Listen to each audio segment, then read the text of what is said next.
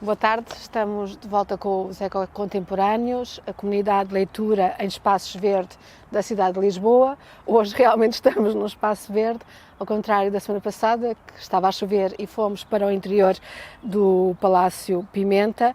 Hoje estamos aqui no Jardim do Palácio Pimenta, do Museu de Lisboa, e o pretexto será falar do caderno de memórias coloniais de Isabela Figueiredo com Beatriz Batarda. Entretanto, para início de conversa, tenho o Mário Nascimento, que nos vai fazer um primeiro enquadramento. Mário Nascimento, que é historiador do Museu da Cidade, para nos fazer um primeiro enquadramento sobre este lugar maravilhoso onde estamos, o jardim, e vamos ser várias vezes interrompidos por sons aqui de pavões que nos vão calar ou que se vão sobrepor, e de passas, que é ótimo. Mário, passo-te a palavra a ti. Olá, obrigado. Bom, o jardim do Palácio Pimenta é um jardim com três partes completamente distintas. Há este jardim que é morado, que tem um jardim de bucho, com flores, rosárias. É normalmente um jardim assim quase muito sensual, porque tem a ver também com os cheiros. As pessoas passeavam neste terreno e iam sentir aromas muito diferentes. Depois existe, a partir de um portão do próprio jardim de bucho, uma antiga mata. No século XX foi um pomar, mas depois foi refeita como mata, e há uma parte que é um relevado com uma sombra de tílios, mas também com zona de sol, o que permite que qualquer pessoa possa vir aqui ao museu e encontrar sítios com ambientes muito diversos, até onde pode ler com meia sombra, com sol direto, com a sombra quase total.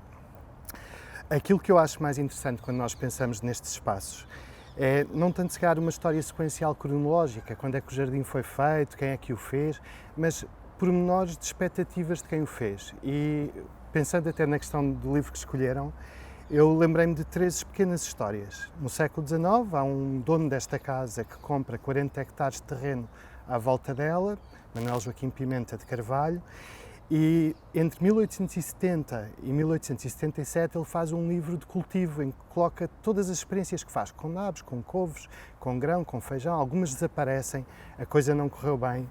Era um homem poderosíssimo, alguém que conseguiu fazer um escândalo financeiro extraordinário chamado a Contenda do Tabaco, provocar a ruína do Conde Farrobo, mas depois ele faz este livrinho onde vai escrevendo os seus sucessos e insucessos, não sabendo que em 1877 vai morrer e o jardim vai ficar, o jardim e a quinta ficam abandonados. Ora, em 1914, umas décadas depois, a quinta é comprada, ou melhor, o palácio e o jardim é comprado por Jorge Graça, que olha para o jardim que o Pimenta deixou, com este desenho, e não lhe faz muitas alterações. Eu acho que isto também é muito interessante. Vai ser a grande obra quase de Jorge Graça. Ele vai fazer uma mata, circuitos pitorescos, aquela coisa que quando nós aqui estamos vemos quase como se fossem pequenos quadros. Há recantos que são pequenos quadros, mas em 1962, ainda vivo, ele tem de vender a casa por questões de partilhas e aquilo que é o seu grande sonho e projeto também morre. E depois, em 1963, há um senhor que a maior parte das pessoas associa sempre a esta questão do Estado Novo e de uma política Estado novista, que é Raulino, um arquiteto extraordinário, que quando chega ao jardim, vê um jardim que está há 2 anos sem ser tratado e fica encantado. E é quase um poema. Os textos que ele escreve sobre aquilo que ele gostava de fazer são verdadeiros poemas. E o que ele quer é manter o jardim mais ou menos como está, não é um jardim desleixado, é um jardim que tem uma certa melancolia, como ele dizia, e introduzir muito colorido, muitas flores. Mas infelizmente ele vai morrer antes de terminar a obra. Isto é quase bastante negro, não é? Mas há esta questão de um jardim ser sempre uma luta entre o homem e a natureza. Eu acho que isso é uma excelente premissa para vos convidar a virem aqui com um livrinho e usufruírem deste espaço. Enquanto agora vamos começar a conversa com a Beatriz Batarda, a propósito, recordo novamente do livro de Isabel Figueiredo, Caderno de Memórias Coloniais.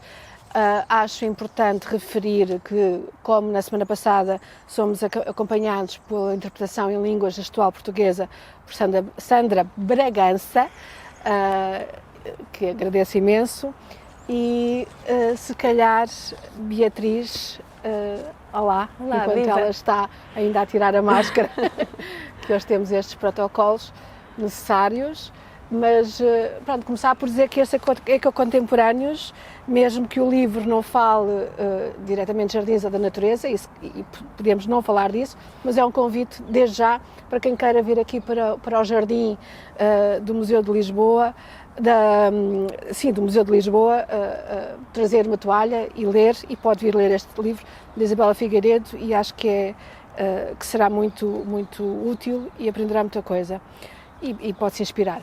Beatriz, para começar, a sugestão do livro é sempre do convidado. Porquê é que escolheste este livro? Vamos fazer este primeiro enquadramento. Então vá, começamos por viva Cláudia, viva Sandra.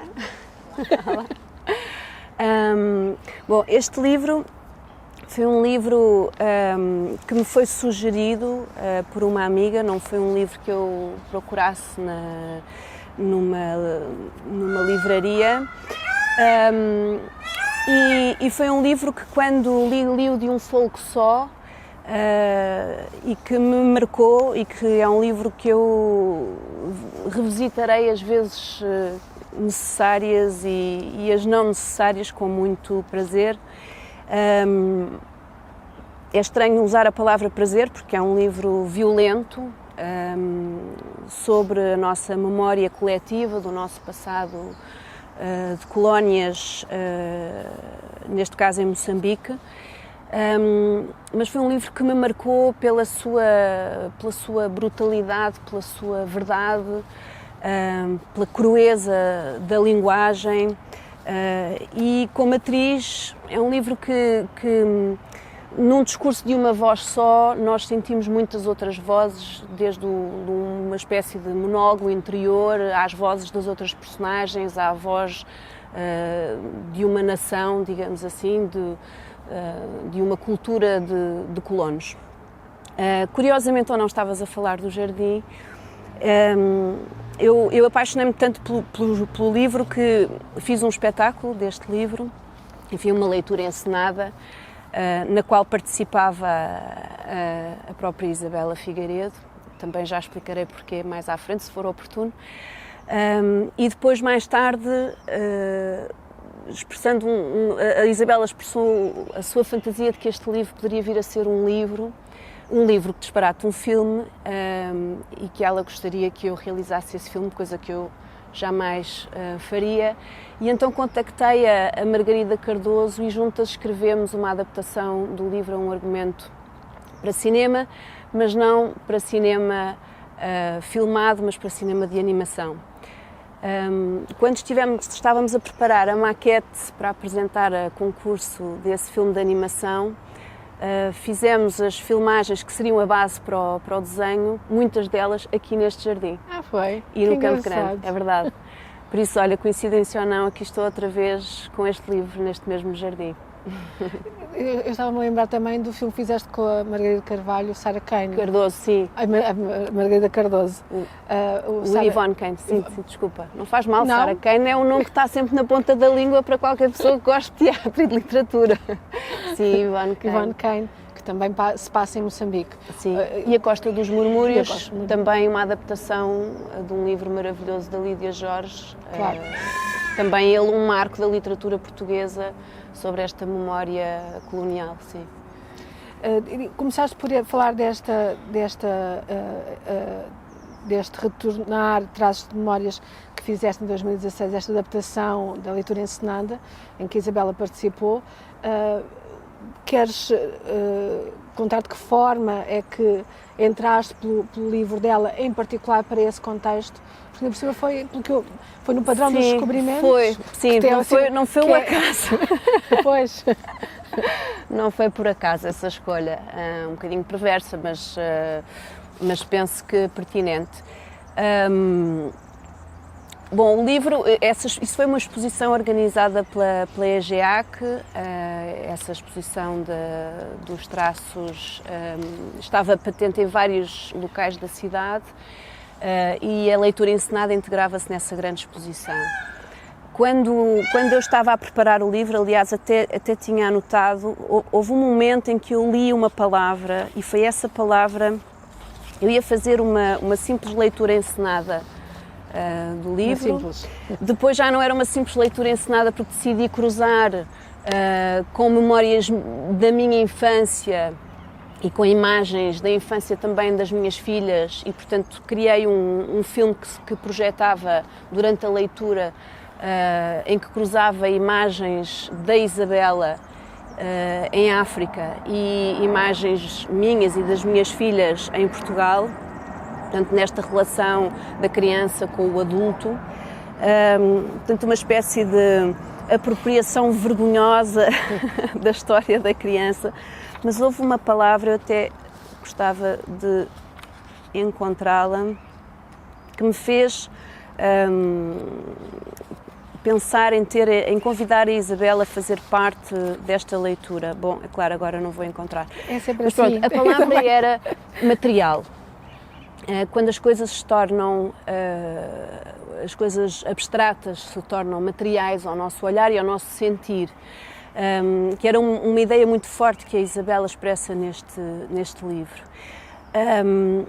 E eu pensei que estas memórias eram todas muito materiais para a Isabela, não tanto para mim, naturalmente nasci em 74, não vivi esta experiência, não conheço esta realidade na minha pele, conheço só de ouvir, por pessoas próximas, nomeadamente o meu padrasto, que era militar e que esteve no ultramar e veio de lá paraplégico, e enfim, portanto não é uma coisa distante, como na maioria das pessoas da minha geração. Não são histórias distantes, porque nós recebemos-las muitas vezes numa voz direta de pessoas que nos são próximas, que nos são queridas, que viveram de forma traumatizante esta vida, este mito, esta utopia do colonialismo, que se transformou na enorme falácia e tragédia que foi o ultramar. E quando eu li esta palavra material, eu pensei, será que a Isabela tem a percepção material do eco e da sensação que ela provoca nos nossos corpos, enquanto leitores, quando nós lemos este material, este objeto que é este livro? E achei que se ela estivesse presente nessa leitura encenada, que não tinha ensaios para ela, eu expliquei-lhe mais ou menos o que ela poderia estar a fazer, combinámos e ela achou graça. Durante a leitura ela trouxe uma série de objetos pessoais daquela época, objetos que ela trouxe da África, objetos que naturalmente transportam energia e memórias eles mesmos, não é? Dos pais, da sua vida em África e dela mesma, da sua infância. E durante a leitura ela iria manusear esses objetos, revisitar paralelamente uma segunda memória. Os nossos pavões, pronto, Nossa temos companhia. aqui agora uma ópera, está bom? Tá bom. E portanto criaríamos assim uma espécie de dupla partitura de revisitação das memórias, uma no abstrato, na mente dela, na sua relação com os objetos, e outra através da minha voz na leitura do livro. Isto porque, voltando à ideia do material, achei que ela tinha o direito de passar pela experiência de receber do público, da cara daquelas pessoas que ali estavam sentadas, a violência do livro. Essas caras, esses rostos, essa energia, no fundo, expirava não só enorme compaixão direta pela personagem, a mágoa pelo passado, por este passado que é coletivo, e, em alguns casos, a revisitação pessoal, porque muitas das pessoas que ali estavam eram pessoas que tinham vivido em África nesta época e que, portanto, se identificavam de uma forma muito imediata com o que aqui está escrito. E tu, para a leitura, não leste o livro todo, imagino, ou terás lido o livro todo?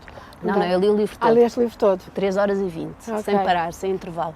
E As pessoas entravam e saíam, pouco saíam, normalmente saíam para ir fumar um cigarro. o porque livro realmente porque é duro. É muito duro, Sim. até para quem não tem relação direta, é duro nos colocarmos naquele lugar, e ela consegue isso realmente, de nos confrontarmos com o que realmente se passa lá. E o livro é 2009 e hoje em dia está muito mais acesa a discussão sobre, está muito mais presente e estamos mais conscientes da opressão e da violência do que foi todo esse programa da colonização. Não sei se estamos o suficiente. Mas está mais discutido, não é? Sim, verdade. Do que em 2009. Em 2009 acho que ainda se falava muito pouco.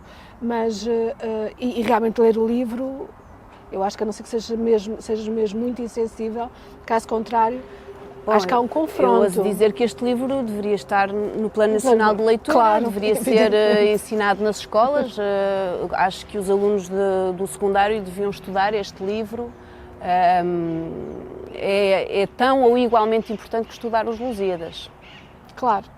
Só que os Lusíadas são uma afirmação do mito, uma confirmação do mito, e este livro é um confronto com uma história que continua a ser nossa história, mas realista, duramente realista, e que nos pede alguma humildade, claro, e recolocar com algum pedido de perdão e alguma reparação. Há muita reparação a ser feita sobre esse passado. Tu escolheste alguns textos, queres começar por ler um? Sim, se calhar começava... Bom, também é engraçado, se calhar, dizer que este livro inicialmente eram crónicas que a Isabel ia escrevendo num blog e que depois se transformou num livro e que funciona maravilhosamente como um livro, e nunca nos passa pela cabeça que nasceu de crónicas que ela publicava no seu blog. Portanto, eu vou ler aqui este capítulo 4, para quem tiver o livro em casa e quiser seguir, será na página 47.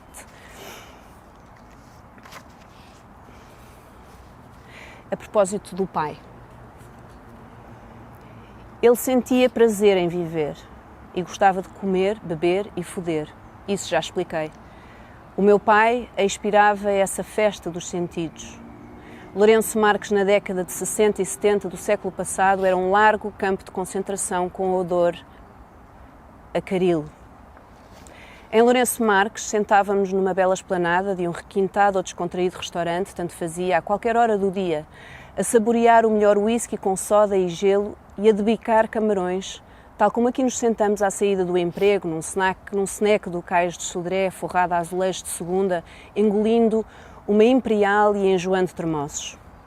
Os criados eram pretos e nós deixávamos-lhe gorjeta se tivessem mostrado os dentes, sido rápidos no serviço e chamado patrão. Digo nós, porque eu estava lá. Nenhum branco gostava de ser servido por outro branco, até porque ambos antecipavam maior gorjeta.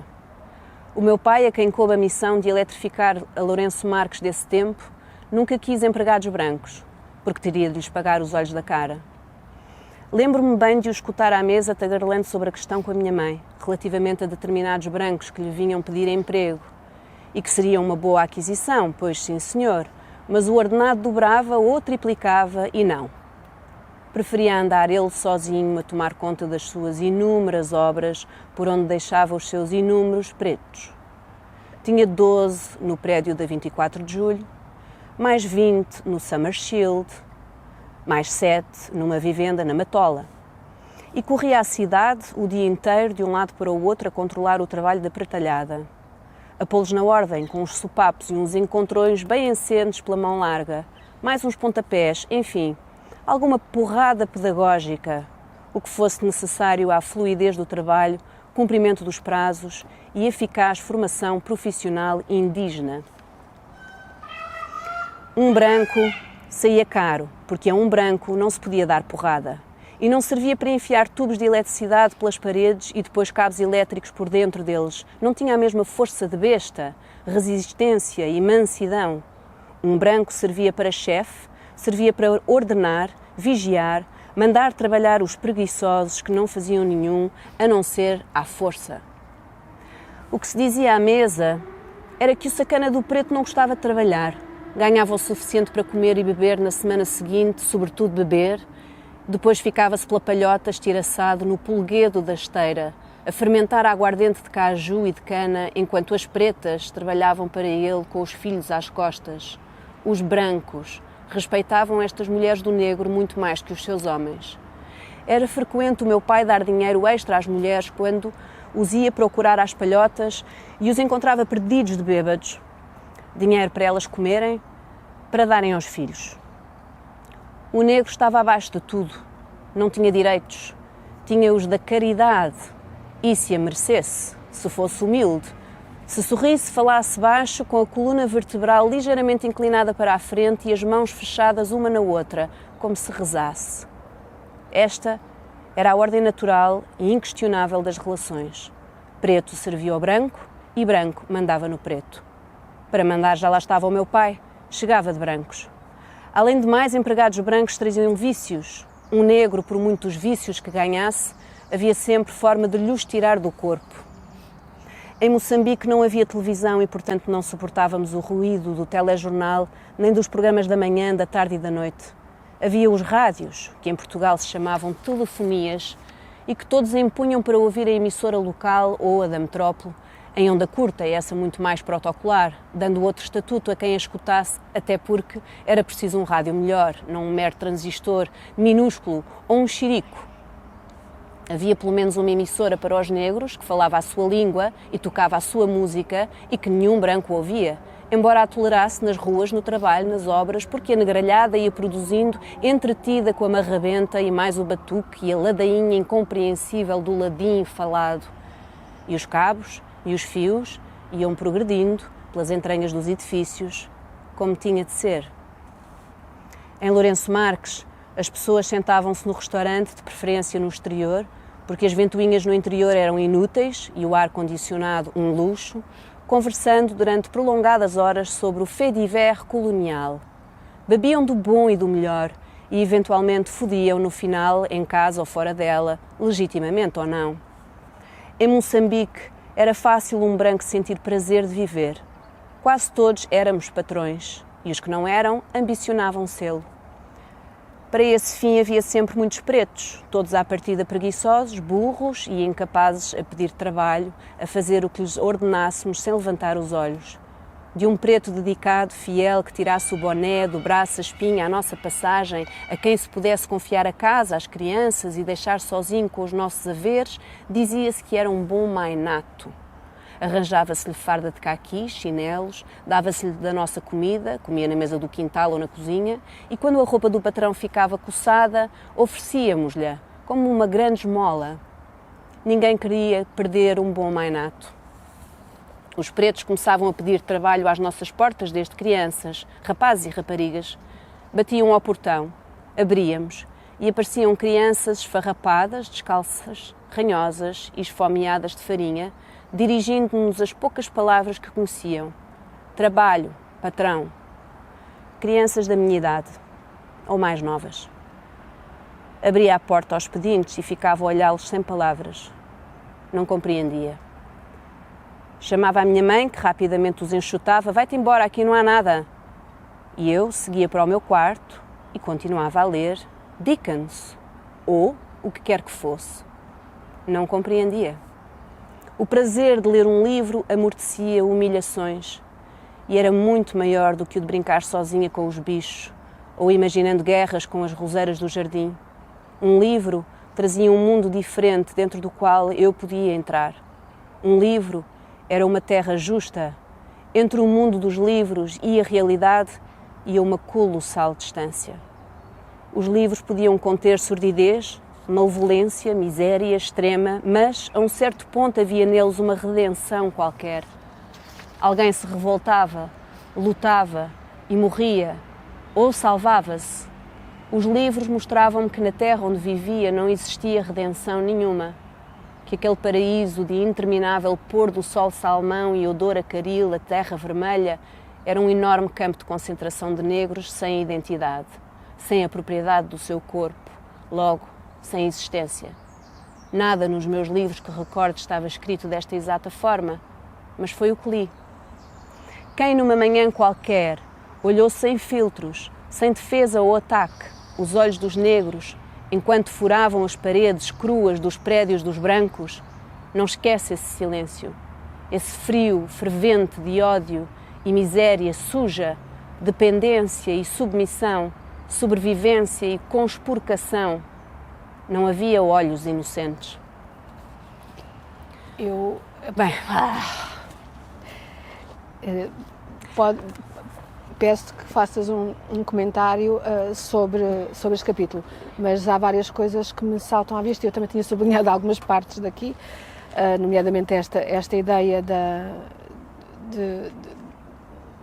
do enorme campo, como um enorme campo de concentração de negros sem identidade, sem a propriedade do seu corpo, logo sem existência.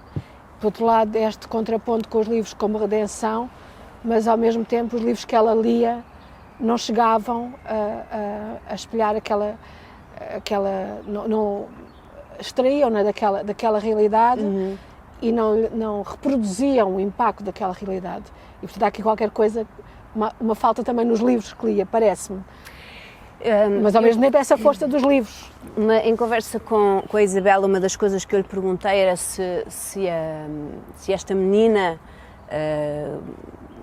evidentemente baseada na sua história pessoal e, portanto, que seria ela, na sua memória, se a partir do momento em que foi materializada no livro, se continuava a ser ela ou se tinha tornado numa personagem. E ela continua a dizer que é ela. E isso é muito bonito porque ela não se demite, no fundo, da sua responsabilidade. Não vou usar a palavra culpa porque é uma palavra demasiado cristã para mim, mas da sua responsabilidade nesta história, em todos os sentidos, por ter sido participante, cúmplice, não só no silêncio, mas também a ter sido ativa até certo ponto. Também percorrendo todo o livro. Sim. E penso que seja essa responsabilidade que também lhe dá a legitimidade para falar desta maneira sobre o que está, com esta propriedade, não é? E uma das coisas que ela me dizia aqui a propósito... onde é que está? Caramba. Bom... quando ela fala... Diz, desculpa? Pensei que era sobre esta imagem do campo de concentração.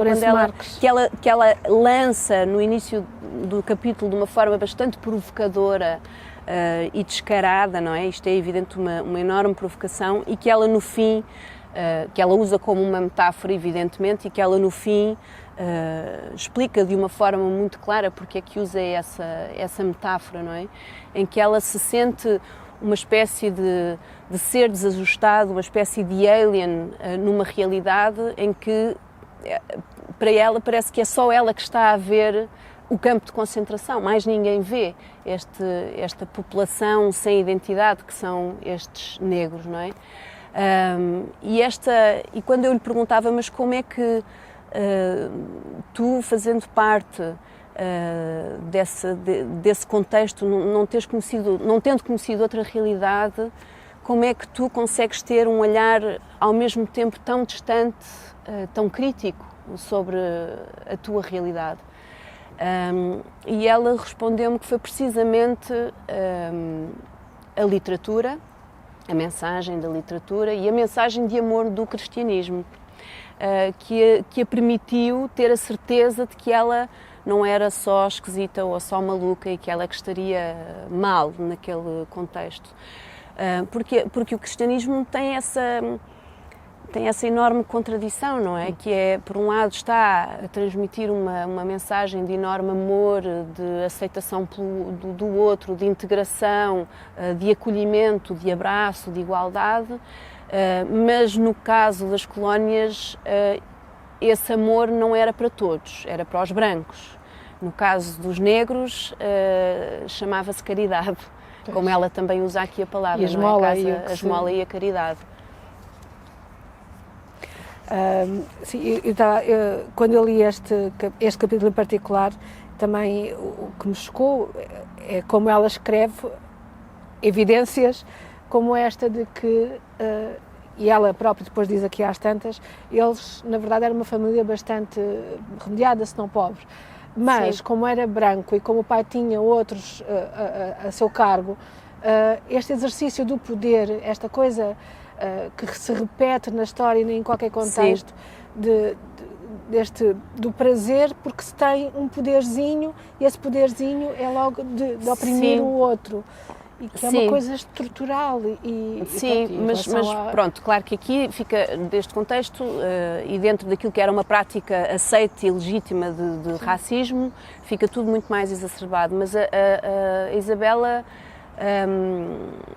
ao escrever este livro, ela bom, também já lá vamos, já estou a dispersar, mas a propósito disso que tu estás a dizer, ela falava que o pai em Portugal era um branco pobre no meio de muitos brancos e que ele próprio, ficando em Portugal, seria sujeito a este tipo de maus tratos. Portanto, ele seria um servente, um fulano que andasse ali também a sofrer encontrões e insultos por parte dos poderosos e dos patrões. E que, portanto, ele, ao escolher ir lá para fora, neste caso para a África, ele escolheu ser patrão e, portanto, escolheu ser ele o homem que inflige os encontrões e os insultos. Dentro deste contexto, isso tudo ganha uma proporção muito mais abusiva, porque o colonialismo, desde sempre, de toda a história da civilização ocidental, evidentemente, não é? Dos romanos, enfim, para trás, esta cultura colonialista é uma cultura que não pode nunca ser outra coisa que não uma cultura de prepotência e de racismo, não é? E de opressão, evidentemente. aniquilamento do outro, de beleza sobre o outro. E de imposição de uma cultura sobre a outra, não é? A propósito, eu ia dizer outra coisa a propósito de quando eu sinto que quando a Isabela escreve este livro, embora seja uma clara afirmação de afastamento desta prática comum e legitimada, digamos assim, ela está a comparar uma guerra com o pai. Sim. Mas eu acho que o livro nunca deixa de ser, nem por um instante, uma declaração de amor ao pai. É um livro sobre o amor pelo pai. E ela, ao fazer ao marcar esta posição, ela está a expiar o seu próprio passado e, através dela, a expiar o pai e a salvar o pai. E eu acho que isso é muito bonito. Uma primeira leitura parece que está a destruir o pai sem dó, mas quando nós acabamos o livro, nós percebemos que ela, ao adotar esta voz profundamente antirracista, ela está a fazer uma expiação dela, do pai, da mãe, enfim, de certa maneira coletiva.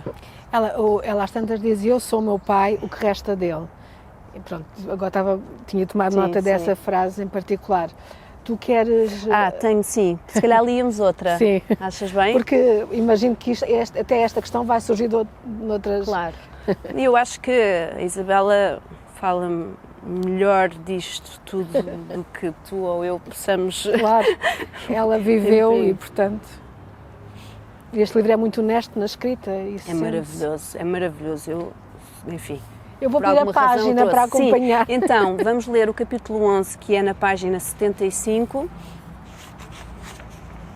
que é a propósito desta relação do patrão com o seu empregado. Ao sábado trabalhava-se e o meu pai pagava a semana ao final da tarde. Ao sábado havia milando. Milando é gíria para problema, para confusão. Para molho, não é? Morávamos num terraço da 24 de julho. O retângulo de cimento que constituía a caixa do elevador elevava-se acima da placa do 7º andar como uma espécie de torre de vigia. Subíamos 6 degraus bem altos para aceder ao portão metálico dessa construção bizarra, como um templo inca. Ao sábado, ao final da tarde, o meu pai chegava ao terraço com os pretos todos, os desenrascados, os mandriões e os assim. Eles sentavam-se nos degraus da caixa do elevador, constituindo assim um anfiteatro de assalariados. Falavam a língua deles entre si, raramente português. Metiam-se comigo ou não. Pediam-me para perguntar isto e aquilo ao meu pai. Pediam-me copos de água. Às vezes a minha mãe dava-lhes sandes ou bolachas. Se era véspera de dia importante, o meu pai podia dar ordem para distribuir copos de vinho ou cervejas com sandes de carne. Esses momentos eram bons. Observava-os calada. Dentro de casa, o meu pai sentava-se no topo da mesa da sala com os livros e os blocos de apontamentos onde ia sentar o trabalho de cada um, mais as notas e moedas para pagar. Havia por vezes entre o meu pai e a minha mãe alguma conferência sobre o valor dos pagamentos a efetuar, sendo que ela tentava normalmente acalmar-lhe os ânimos, dizia-lhe: não faças isso, dizia-lhe: fazes mal, dizia-lhe: só vais arranjar problemas. Lembro-me de que eram finais de tarde todos em ouro, de uma serenidade animada. Começava a ficar mais fresco, os corpos largavam a escravidão do trabalho como se larga a pele velha. No dia seguinte seria domingo e ao domingo não se falava em trabalho. Saía-se, comia-se, bebia-se, estava-se à sombra, ouvia-se rádio, mas no meu terraço, a essa hora, apesar de tudo, o ar tremia de medo e incerteza. Gostava de ver ali os pretos do meu pai, de os apreciar, todos juntos, pareciam muitos. Descansavam um pouco, eram homens diferentes uns dos outros. Uns mais novos, outros velhos, com a carapinha a embranquecer. Uns calados e sérios, outros sorrindo, alguns com medo. Outros falando como doidos. Rondava-os, observava-os, enquanto o meu pai fazia as contas. Ia lá dentro confirmar. Ele estava no mesmo sítio, chateado, praguejando. Regressava ao anfiteatro de negros que se impacientava com o tempo. As contas demoravam. Queriam ir-se embora, que estava a demorar. Voltava lá dentro, estás a demorar. O meu pai muito tenso, eles que esperassem. Corria ao anfiteatro, tinham de esperar. Os fins de tarde em ouro retalhavam os nervos a qualquer um. A certa altura o meu pai começava a chamá-los, não sei por que ordem. Podia ser alfabética ou a da recolha que fazia às segundas de manhã nas bombas de chipamanine. Não se percebia. O procedimento era simples. Os negros iam à sala, um de cada vez, e o meu pai entregava-lhes o dinheiro. Trabalhaste tanto, recebes tanto. Às vezes eles contavam e reclamavam.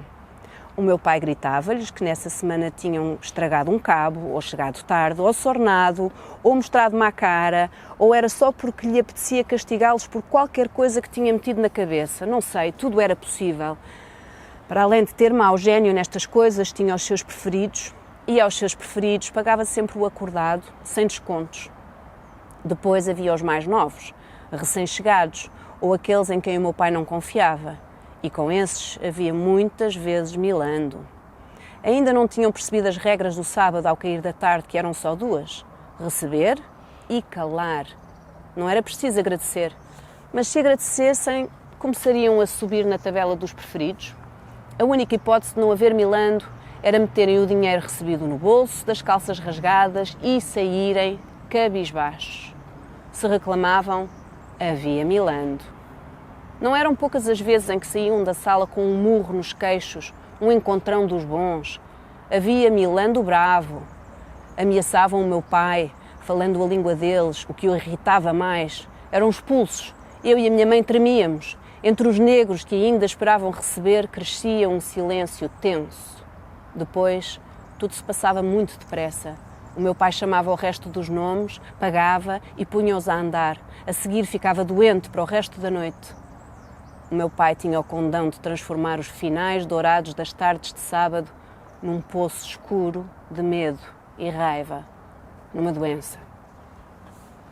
Isto era mesmo o que estávamos a falar antes. Na verdade, como tu dizias, podemos nós elaborar sobre isto, mas o próprio capítulo partilha exatamente a dinâmica desse jogo de opressão e de exercer pequeno poderzinho sobre o outro e de reduzir a outra pessoa a nada, não é? E aqui, claramente, com todas estas dinâmicas racistas, não há muito mais a dizer. Não. Eu pensava que tu ias, porque entretanto também tinhas introduzido aqui a relação com o pai, pronto, evidentemente aqui está a relação com o pai. Sim, a gente pode até tentar extrapolar que nessa época, até mesmo em Portugal, se calhar a cultura latifundiária também tinha as suas coisas que fazem lembrar estas práticas.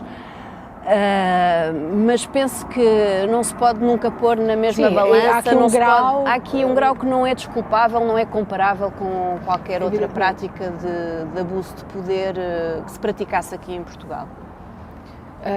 Só a única coisa, diria eu, é que ainda assim, apesar de tudo o que passamos e tendo nós ainda discutido muito pouco sobre esta fase da história, isto que se passou, sinto, não sou especialista e portanto provavelmente este é um sentimento que partilho e que tu também provavelmente não és especialista. Eu não. Mas sinto que a sociedade continua a ter esta dinâmica de que os pequeninos poderes e as tentações de se exercer esse poder sobre o outro, mal se tenha qualquer tipo de grau. Sim, Cláudia, mas repare, isto não é um pequenino poder, isto é um poder abissal, isto era um poder que...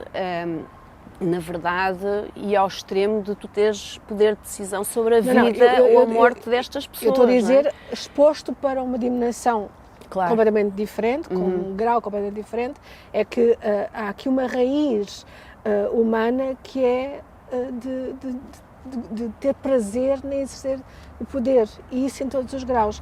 Neste, muito mais grave, inclusive ela fala, quando ela compara Lourenço Marques a um campo de concentração. Porque aqui é criminoso. Evidentemente. Porque aqui este exercício de poder é criminoso, não é? Passa todos os limites aceitáveis de qualquer exercício de poder, não é? Evidentemente, mas eu estava a fazer um paralelismo mesmo agora, então, em relação ao Brasil e a reivindicação que há numa certa corrente no Brasil, e que eu acho que, pronto, não vou discutir, não tenho domínio suficiente para isso, mas como um genocídio e como um holocausto, um outro holocausto.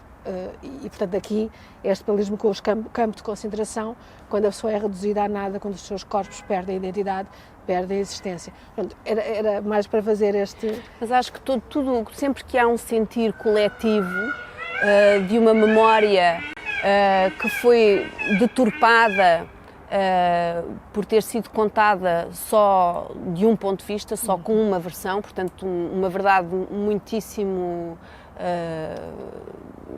deturpada, digamos assim, é importante escutar e rever tudo, não é? Como há pouco, no início falávamos que é muito importante estudar os Lusíadas no ensino secundário, mas eu acho que hoje em dia é fundamental estudar os Lusíadas aos olhos do que aqui está, portanto fazer um estudo comparativo, não é? Com aquela visão e com a consequência dessa visão, o que é que aconteceu depois, não é? Talvez não tivesse sido essa a utopia inicialmente, mas esta foi a consequência.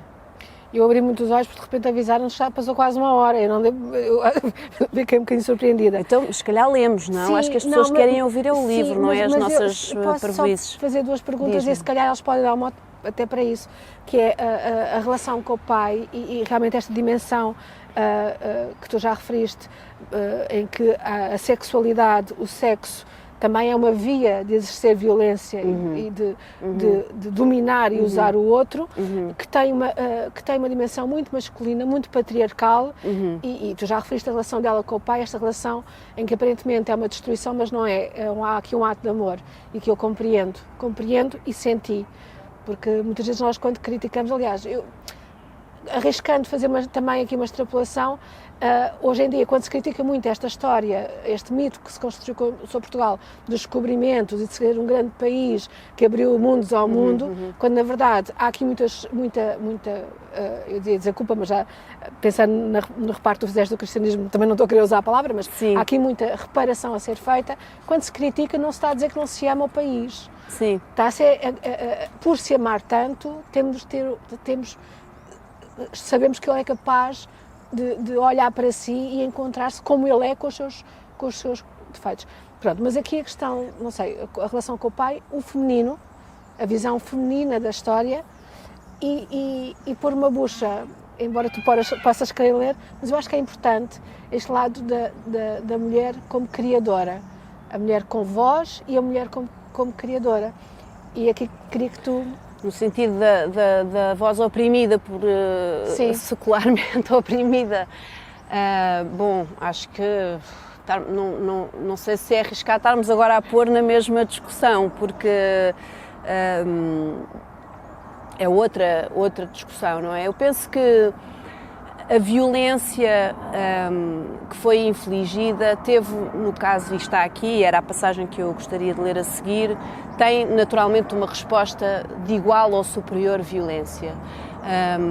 E, portanto, nós, os brancos que fugimos a correr das colónias, guardamos ainda uma memória da resposta violenta da população à nossa violência. E, portanto, esse assunto não está discutido, não está exposto, não foi feita uma expiação coletiva, nós não assumimos a responsabilidade. Eu acho que a comunidade, os militares, sim, assumiram essas responsabilidades à altura e pagaram muito caro por essa imposição, essa prepotência, mas não sendo discutido, não havendo acesso a essa discussão nas escolas, por exemplo, e publicamente não se falar disso, haver um certo pudor, isso é que dá espaço a discursos mais ou menos legítimos que estão para aí a pairar, de novo, que incentivam esta ideia fascisoide, colonialista, imperialista, racista, com um discurso contraditório e populista, ignorante, profundamente ignorante, e que é de veras perigoso. E, portanto, eu gostava de ler esta passagem que ela descreve o que aconteceu quando acontece o 25 de Abril, quando fica declarada a guerra e quando os chamados turras, que eram aqueles negros que se destacavam dos submissos, portanto, os ferozes negros que faziam resistência, não é? Que faziam a guerrilha, e quando eles invadem a cidade. Porque é importante dizer que os brancos que lá estavam queriam independência, mas queriam uma independência com eles a mandar, como era na África do Sul, não é? Não queriam uma independência com a população local a mandar, ou nem sequer a partilhar vagamente com uma pessoa, um mulato, não é? E então vamos aqui ao capítulo 26, na página 120. Pronto, só para fechar a tua pergunta, que eu não me esqueci.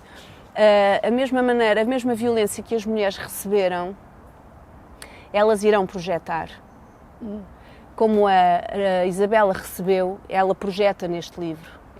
Esta voz violenta que nós sentimos aqui, pensamos, caramba, que esta mulher é um bicho, é um animal. Sim, é, porque ela é uma resposta a essa violência. E será muito difícil para nós, mulheres, afirmarmos de uma forma paritária na sociedade sem uma certa violência, nem que seja no discurso, como acontece neste livro. E então, página 120, as cabeças dos brancos, roladas no campo da bola, iam perdendo o rosto, a pele, os olhos e os miolos. E o que restava da carne amolgada e dos maxilares partidos. A negralhada remendava as bolas com trapos já engomados de sangue seco, rasgados aos cadáveres. E assim sustinham a estrutura que se desfazia a cada pontapé, até já não restar senão uma mão cheia de ossos moídos, moles, que depois se chutavam para o mato, atrás do caniço. E vinha outra cabeça, putrefacta, até amolecer. Era fim da tarde, anoitecia rapidamente. Transmitiram-me o recado no caminho até ao aeroporto, passada a picada de areia alta que vinha das entranhas da matola e se fazia a 90 a hora até chegar ao Alcatrão. Repetiram-me, não te esqueças de contar. A passagem da carrinha formava-se ao lado e para trás, para os que haviam de vir, uma nuvem de poeira encarniçada que se entranhava nas estruturas do corpo e da roupa que se vestia. E secava a garganta, as narinas, os olhos. Agora, lá, são muito amiguinhos dos pretos, mas tu vais explicar-lhes que isto não é como eles pensam. Defendem-nos, mas ninguém fala do que nos fazem os pretinhos. Contas tintim por tintim os massacres de setembro, contas tudo o que nos aconteceu. E à Candinha, no 7 de setembro, o meu pai chegou eufórico. As coisas iam voltar a ser o que eram. Isto vai voltar a ser nosso, está tudo no Rádio Clube, ocuparam aquilo, os negros estão lixados, estão a contas, ainda vamos ganhar isto. O que significaria ganhar isto? Deixava-me ir, deixava-me tanto. Não interessava nesse momento, os dias eram ainda lentos e bons. Se ganhássemos, quem ganharia exatamente? O que era ganhar? O meu pai estava feliz, eu estava feliz. Sorria, porque era dele. Sabia quem ele era, sabia uma parte. Sorria porque já sabendo quem ele era, eu era dele ainda. Arrancou-me do chão e levou-me a pé até ao Rádio Clube às Cavalitas. Havia uma multidão branca frente ao edifício, homens sobretudo, também esposas. Mal vislumbrei o edifício de uma das esquinas, a da direita, sei que era a da direita porque estou a ver essa nesga, sei que estou ligeiramente inclinada para conseguir alcançá-la. Apenas um edifício, o mesmo Rádio Clube de sempre, onde se realizavam as emissões de variedades que escutávamos à noite. Mas para o meu pai e todos aqueles brancos, naquele momento, o edifício do Rádio Clube era símbolo de uma esperança e todos aí se concentravam ansiosos, como se adorassem o Deus político de um templo pagão. Era uma esperança invisível, mas forte, como é a esperança, tornada ali pedra, sólida, portanto palpável, cá está, algo material. Escutava-se um ruído nervoso. O ar do fim da tarde fervia de energia de macho, de desejo, de medo. Barulho vão. Descargas de voz desafinada, mas em fundo, nos peitos, um enorme silêncio que treme, que devora, uma fome castigada que não sobreviverá ao riscar de um fósforo. Tudo o que sei sobre o 7 de setembro de 1974 é isto. Os brancos estavam a ganhar aos pretos, talvez já não houvesse a tal independência de que se falava e que os brancos tanto temiam. Mais nada. E pronto, e depois quando ela começa a ler, Sim. ela diz esta coisa maravilhosa no dia em que ela percebe que consegue ler.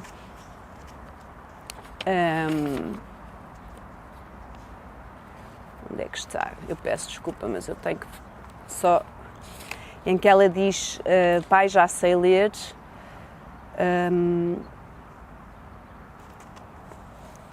Aqui na página 101. A partir dessa tarde de sábado, também era um sábado, embora a minha prisão física não se alterasse e os muros continuassem altos à minha volta em todos os lugares, apossei-me da ferramenta com que escavaria a minha liberdade. Incrível, não é? Uhum. A leitura como a ferramenta da... Mas também uma forma de verdade. escavar o seu próprio Sim. buraco. E ela, a Isabela, nesta conversa que nós tivemos recentemente a propósito do livro, ela colocava essa questão, ela agradecia ter escrito este livro há 10 anos atrás, ou há mais, há 11 anos atrás, e que se fosse agora, ela não sabe como seria. Porque ela tem perfeita, é muito presente para ela que escavou um grande buraco também ao escrever este livro. E que agora, passado este tempo, ela tem uma consciência... Sim, eu penso que isto terá saído como de um... Foi num momento justo de um movimento só, muito à flor da pele, e com os anos e com as várias leituras que as pessoas vêm feito do livro, não é? Nomeadamente fazer esta comparação entre o pai sendo a pátria e ela, criança, ser... Sim, o texto de introdução do José o filho Gil que fala que se muito... revolta contra o pai e que renega a visão da pátria idealizada. Pronto, todas estas leituras, não é, que vêm sendo feitas ao longo destes anos sobre este livro, porque acaba por ser um ensaio sobre a nossa história, ela própria foi ganhando consciência da dimensão do livro, porque é, sem dúvida, é um marco este livro, acho que é incontornável. Este último capítulo que tu leste, que na verdade referiste no início da conversa, com esta coisa do material, é o peso. Realmente este livro tem um grande peso, mas um peso de substância, não é? Sim. E que ela provavelmente se tem dado a ver, se já tinha quando escreveu, porque estava dentro dela e ela o viveu, que ela se tem dado a dar conta, conforme o tempo vai passando e tem estado a receber estes ecos e perguntas e Que é isso que estás E a falar. é um daqueles livros que tu perguntas o que é que escreves a seguir. Pois. Mas escreveu Escreveu a Gorda, a Gorda. que é genial. Pronto, Sim, não sim. sei como é que é possível, mas Sim, é sim, porque possível. podias, é mesmo aqueles pensam, pronto, como é tão pessoal Pois. e é tão dela, só se escreve uma vez e escreve-se este. Mas não, escreveu a Gorda também, que também vale muito a pena ler. É maravilhoso também esse livro. Alguma última ideia sobre o livro, Beatriz, ou alguma última... Tantas, eu acho que ficávamos aqui mais umas horas, não era? Todos nós. Obrigada, Mas já nos estão a Sandra. mandar calar. Eu Obrigada, espero, Sandra. espero não ter lido demasiado depressa. Não, foi bom. Foi bom? Pausar também. Foi? Ok. Pronto. Pronto, obrigada, Obrigada, Cláudia. e até ao próximo Ecocontemporâneo, e aproveita para vir para o Jardim ler, porque então neste tempo de pandemia aproveitem mesmo o ar livre e levem um livrinho, que é uma ferramenta para como é que é? Para escavarmos a nossa liberdade. Exatamente. Lê-se em Provavelmente- 3 horas e 20. Quê? Em voz alta são 3 horas e 20. Este. Não precisa ser em voz alta, mas se quiserem também à vontade. Obrigada. Obrigada, Beatriz. Obrigada a vocês.